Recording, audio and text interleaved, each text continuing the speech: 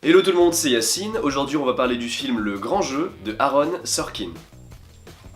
Aaron Sorkin que vous connaissez certainement via son travail sur le récent Steve Jobs ou l'excellent The Social Network. L'histoire. Molly Bloom est une femme surdouée, devenue la reine d'un gigantesque empire de jeux clandestin à Hollywood. Si bien que son ascension attire la mafia russe et le FBI. Avant tout, il faut savoir que le film est un montage alterné, comme dans le récent Au revoir là-haut de Albert Dupontel. Comment ça marche? Dans ce cas, on suit deux continuités temporelles, deux chronologies qui vont se rejoindre.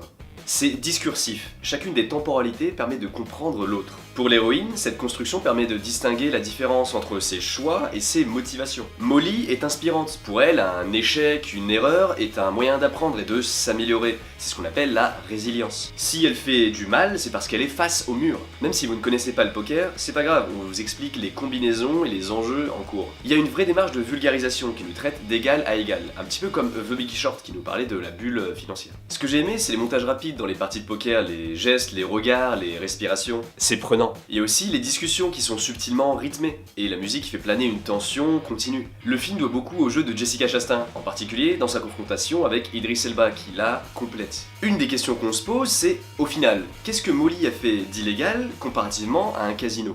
Tout comme pour un casino d'ailleurs, on peut se demander dans quelle mesure elle est responsable des dégâts dans la vie de ses clients. Pour moi, la seule réserve concernant ce film, ce serait son addiction aux drogues et son effondrement, qui ne sont pas assez visibles et donc pas assez crédibles. Une fois votre partie de poker terminée, je vous invite à regarder Le Loup de Wall Street de Martin Scorsese, si ce n'est pas déjà fait. Voilà, dites-moi ce que vous avez pensé du film en commentaire, likez, partagez, on se retrouve très vite, salut!